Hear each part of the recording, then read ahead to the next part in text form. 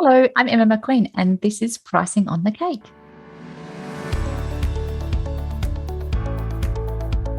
Welcome to the Pricing on the Cake, the podcast that's all about growing a profitable business confidently. Today, I'm joined by business and executive leadership coach, Emma McQueen. Emma, thank you so much for being here.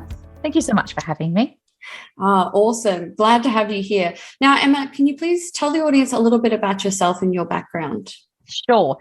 I have been a business coach for good 20 years. Don't like to say that out loud. That makes me feel very old. And I worked in corporate and HR, and I am on the faculty of Women in Leadership Australia. So I love coaching. I especially love coaching women in business because I think there should be more of us. I wholeheartedly agree. Can you tell us a little bit more about, your career journey and what brought you into the world of coaching?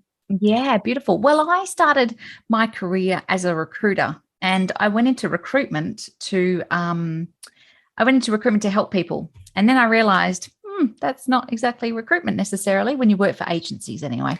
And so I decided to go and work for one of Australia's largest charities, World Vision Australia. And I started as their recruitment manager and worked my way around. And I stayed there for 12 years, which was awesome. And part of that job was about coaching line managers, coaching people who were having stuff going on. And I loved it, and eventually got to coach the executives there. Wow. And and I looked after their talent and succession for Australia and New Zealand and their global stuff. So it was really good. And I loved working for World Vision because everyone knows who World Vision is. The branding's amazing. Yeah. But what I really wanted to do was work for myself. I've always had that little entrepreneurial flame. And so I decided to go out on my own. And that was 4 years ago. And I have not looked back since. It's been wonderful. That's awesome. Awesome. Was there anything that surprised you, when you first started going out on your own? Because obviously you'd been in business for a long time. You'd gathered all of this knowledge and all of this experience. Was there anything that did surprise you? It didn't surprise me, but I worked pretty hard. Yeah. I think everyone's like, I've gone out on my own to have flexibility. And I'm like, have you got flexibility? I know. It's like it's the biggest hijack in history. It's like you start your own business to get away from the 9 to 5, and now you just work 24/7, but it's for yourself. So it's flexible. In a way, yeah. Look, I think I finished up on the 30th of November, and my husband said to me, what are you going to have? You're just going to take a month off, because Christmas is coming. And I'm like, no, I've got appointments set up on the 1st of December. And I really like relationships. So at that point, I was just like, I'm going to just coach a few people and see how it goes. Mm-hmm. And I went out and had maybe 5 coffees a day for 3 weeks. And what I found was, because I had to disengage my brand, my Emma McQueen brand, from my World Vision brand, because everyone knew me, Emma McQueen World Vision, right? Kind of came hand in hand. Yeah. So I just went out and had coffees with them and said, I'm not Emma McQueen World Vision anymore. I'm literally just Emma McQueen. And here's what I can do. And from those conversations, we hit some cool revenue goals. I'm the main breadwinner, so I could do whatever I wanted as long as it didn't mess up with the family's financials. Yeah. And just hit the pavement, and I loved it. And now we do a whole stack of different things than we did when we started. I think when you first start a business, you're like, I can do this, this, and this. And then as you evolve and grow, you start to say no to some things. Absolutely. No, I think that's one of the biggest things, is that you get better at realizing like what's going to serve you, what's not, what's going to help you get closer to your mission, what's not. Tell me a little bit now about the common mistakes and pitfalls that you see, for women who are coming into the business arena, because, I work primarily with women as well. And I agree. I think there should be more of us. I think that, entrepreneurship is an amazing option for women who want to work and have that flexibility in their life as well, but also do something for themselves as well as for their family and others. What are some of the most common, mistakes or challenges that you find your clients have, and what are some of the ways that you help them navigate that? Yeah. So for my corporate clients, so I work with women who have their own businesses or might be starting their own businesses. And when I see corporate people come out of business or come out of that business and start their own business, they kind of come in with this, I know what I'm doing. And I kind of think to myself, do you? Do you really? Because you've come out of, it's like I would kill for a great tech experience in my own business, right? Because I was very spoiled, and everyone's very spoiled who works at corporate. They've got their own tech department. If something goes wrong, you just hand it over to the tech department, right? Yeah. And when you're in corporate, you are a bit spoiled with things like that. And so you don't realize that actually there's a shift you need to make, and you need to do all the things, and you need to prioritize it. I think the other thing is sometimes women start businesses as a hobby or a side hustle. Yes. And they get into this kind of situation where they don't take it seriously enough. Yep. And I remember I had one client and I said, what are you doing for invoicing? You know, what's your CRM on, et cetera, et cetera. And she'd been in business for 3 years and a good business. And she said, I've just got a spreadsheet. I'm like, what? Oh, like, no. Right. And I'm like, okay. And she's like, oh, you know, and she was talking about how her husband wasn't taking her business seriously. And I had to say to her, look, if you're working off a spreadsheet instead of an actual accounting software, are you taking your business seriously? Yeah. She didn't love that. But at the same time, I'm not here to make friends. I'm here to get you results. Exactly. So I see a bit of that as well, that it's this hobby or a side hustle, and then boundaries are blurred and people drop in for coffees and all that kind of crap. And I think you need to take yourself seriously. There's a whole stack of other stuff, you know, what happens in our minds, imposter syndrome, can we do it, can't we do it, all that kind of stuff. But I think they're kind of the main things. Are you taking your business seriously, and are you actually looking for the results? Yeah, absolutely. Do you have your sights set on like where you want your business to go and what you want to achieve? It's so important, because otherwise you're just having a spaghetti at the wall approach, right? You know, if you fail to plan, you plan to fail. Yeah. What about your clients? What are their big things? I would say one of the biggest challenges for them is that the majority of the clients that I work with, they don't have a background in business. So they don't know what they're doing, and they also know that they don't know. And then that impacts their confidence and their mindset. So there's a lot of self-doubt. There's a lot of, you know, they really are the only ones standing in their way. Some of the other times, similar to yourself, you know, they have partners who are not supportive, who don't take it seriously, or who are pressuring them, like, when are you going to make some more money? Like, what's going on? Like, why aren't you like making 6 figures already after 2 months? And it's crazy. And so you're working against not only like external factors, but you're also sort of trying to help them fight themselves in a way, which is really, really interesting. And it's a very fulfilling work, as I'm sure you would know, you know, helping women move through those mindset struggles. I want to talk to you a little bit about mindset, mojo, and motivation. Those are 3 key words for you, I know. Tell me what these mean to you and why they're so important for, you know, a business and a woman to be successful. Yeah. Well, when I first started the business, I was like, what are the patterns that I'm seeing in my clients? And they kind of fell broadly into, is it a mindset issue? And I kind of think 80% of what we do is mindset. The rest is implementation, right? If your mind's in a good place and you're doing all the right things, then things happen just a bit more easily. Yes, definitely. And then I thought, so the mindset is really important. In fact, that's the number one thing that you would work on. And then Mojo, you know, it's the why are you connected? What's the impact that you want to have? For me, I want to impact women all over. And so sometimes we lose our way because we get caught up in the hustle. We lose our purpose. Our purpose doesn't fit anymore, all of those kind of things. So I just really wanted to bring it out in the open and go, actually, let's just connect back to your why. And then motivation is a killer. Everyone's like, I'm so motivated. I'm like, how's that diet going? You know, and I think to myself, motivation doesn't last. No. And so, you know, you're motivated to go on a diet, but how many diets do you, after 3 or 4 days, it goes downhill. So I talk about, well, you can have all the motivation in the world, but unless you've got some really good strategies, routines, habits in place, then motivation will fade. And on those days, you just need something to fall back on. And so there were really kind of 3 categories that were important to me. And I've got thousands of stories I could tell and put them in those 3 buckets. And I wrote the book Go Getter, and I wrote it and I made sure that it was big enough, small enough to fit in a handbag. Yeah, so you can take it with you. Yeah. And so I just really wanted women to go, actually, what is it? What am I struggling with right now? Is it my motivation? Is it my mojo? Or is it my mindset? And they're the questions that I ask when they come to me. You know, what is it? And normally you can hear it when they're talking to you about working with you. They're like, I've got this issue or this is going on. And in my head, I'm like, okay, well, it's a mindset issue. Here's how we're going to help this person. Or if it's a motivation issue, okay, we've got to put some habit stacking in place so that they've got something to fall back on. So I was just fascinated with the 3 buckets. Yeah, awesome. I'm really glad that you said that about motivation, because I think, we can get really deceived by the images and videos we see online of those entrepreneurs with their ads and things. And I'm like, well, lots of us do ads and things, but the ones where they're so energetic and they seem so perfect and so switched on, and it's like, oh, but I don't feel like that all the time. And I mean, not that I'm famous, but like, as my group has grown, I find that if I'm real about my own struggles with motivation, like if I have a low day, I'll talk about it and I'll be open about it. And it helps people. Like, even though it's hard for me to share that, people are like, oh my gosh, I'm so glad you shared this. I'm glad it's not just me. Yeah. It happens to everyone. It doesn't matter how successful you are. You are always going to have low days, or days where you have no motivation and you just feel like sitting in bed and eating pudding and watching a show.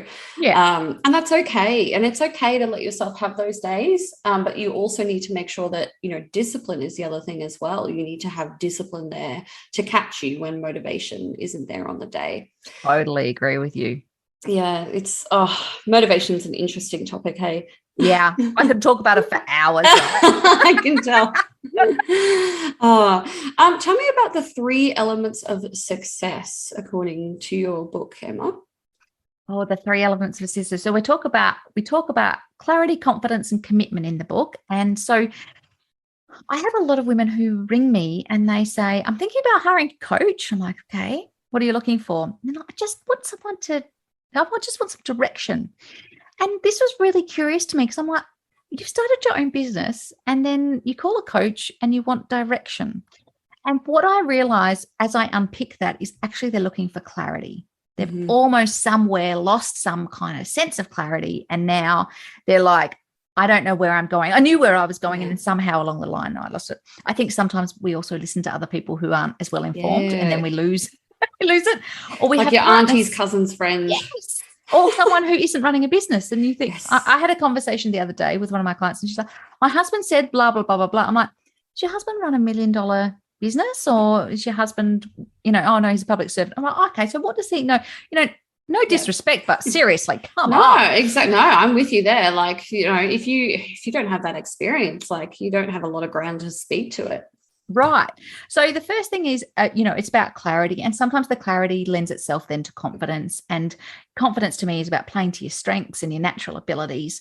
And the more you play to those things, the more of a snowball effect it has, and the momentum kicks in. But commitment has to be there for all those things to kind of be in play, right? You have to be committed to showing up consistently. You have to be committed to being consistent on your socials. You have to be committed to showing up for your clients, even on the crappy days. Yep.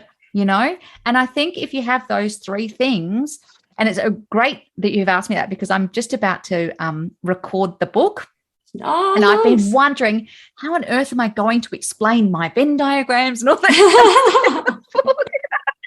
Images, 2 circles overlapped together. That's right. So I think when those 3 things are in play, then we see those results come out. But they almost have to be in play, and at the same time we overlay mindset, motivation, and mojo, right? So there's almost an overlay. Yeah.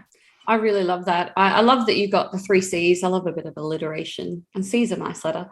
Yeah. The clarity, confidence, and commitment. And you're so right as well. And I see it all the time, in my own clients too. Once they start to get clear on what it is that they need, where they want to go, how to get there, they suddenly get this boost of like, oh yeah, okay, now that I know and I've got that certainty, they get a little bit more confident. And that's a psychological thing as well. Right. Brain hates uncertainty. It's just, it's too risky, it's too dangerous. And that commitment there, and you're so right, overlaying that with the mindset, because at the end of the day, as coaches, we can give our clients all the strategy in the world, but if their mindset is wobbly, it's not going to happen. It's not going to stick. So that's awesome. And then lastly, I wanted to hear about the 12 myths that you find limit a woman's growth. Tell me about that. That sounds really interesting. Oh my goodness.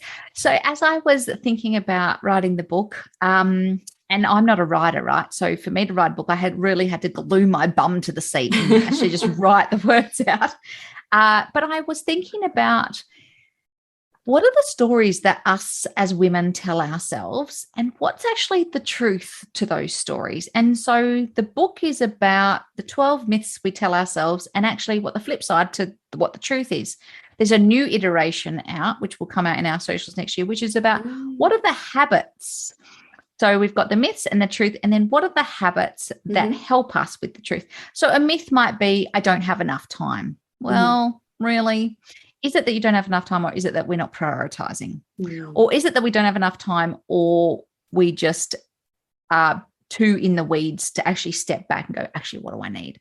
And I hear that a lot from women. I don't have enough time. I've said it myself. You know, I've got 3 kids. It's busy. Yeah.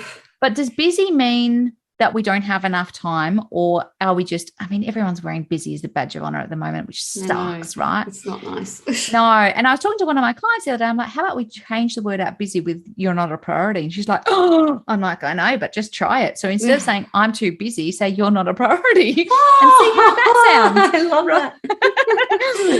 She's whack in the nuggets. Yeah.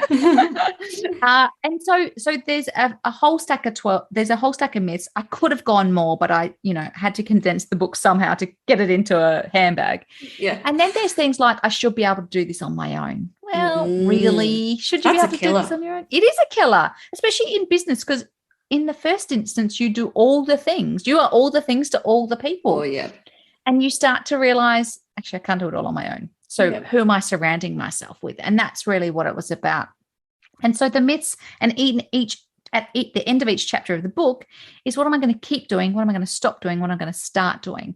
And I have pictures on socials of people just pouring through the book with highlighted sections and post-it notes. And I'm like, oh, yay. I mean, I don't personally write in books because that's not my thing, but I do encourage everyone to do that, because I think it's really important to actually read a book and feel like there's some practical tips you can take from the book. Yeah. And so the 12 myths are really around, what are the 12 things that seem to be women issues? Now, I'm not saying that guys don't have imposter syndrome and stuff. It just plays out differently. Yeah, absolutely. And so, but this is really a book for female entrepreneurs. So hopefully I've done it justice, and I get a lot of comments about, I can just hear your voice in it, which I don't know if that's a bad thing or a good thing. That's a good thing. That is a good thing. Take it as a compliment. Trust me.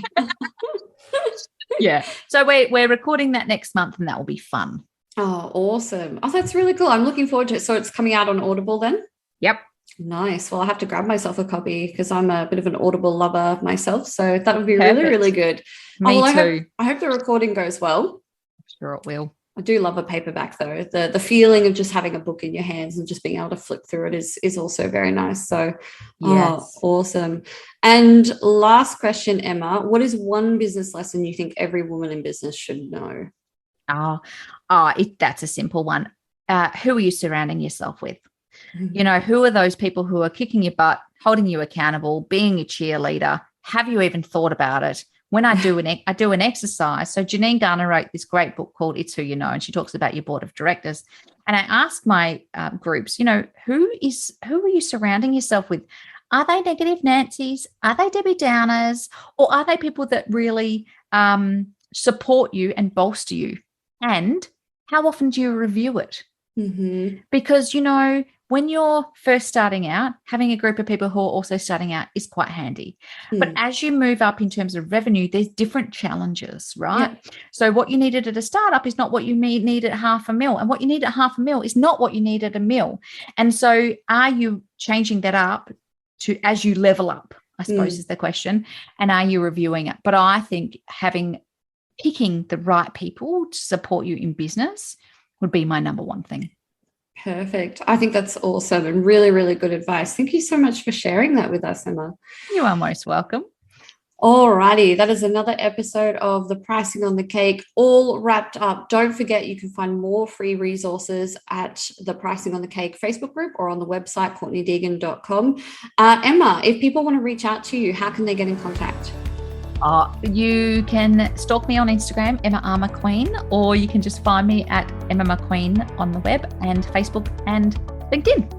Perfect. Awesome. Thank you so much again for coming on today. Thank you so much for having me.